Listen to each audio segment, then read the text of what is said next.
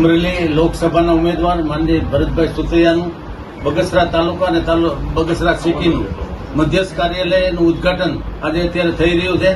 એમાં ઉપસ્થિત અમારા પાર્ટીના પ્રમુખ પ્રદીપભાઈ ભાકર, માનનીય ધીરુભાઈ કોટડિયા, જિલ્લા પંચાયતના સભ્ય માનનીય ધીરુભાઈ લક્કી, ઉપસ્થિત અમારા માનનીય પ્રભારી છે દીપકભાઈ વઘાસિયા, ભાવનગરથી પધારેલા એમએલએ માનનીય રાજુભાઈ, ઉપસ્થિત બધા બહેનો, જિલ્લાના જે અધિકારીઓ છે, પદાધિકારીઓ, એ બધાની ઉપસ્થિતિમાં ગામના તમામ લોકોને સાથે રાખીને, તમામ સમાજને સાથે રાખીને આજે અમે ઓપનિંગ કરીએ છીએ.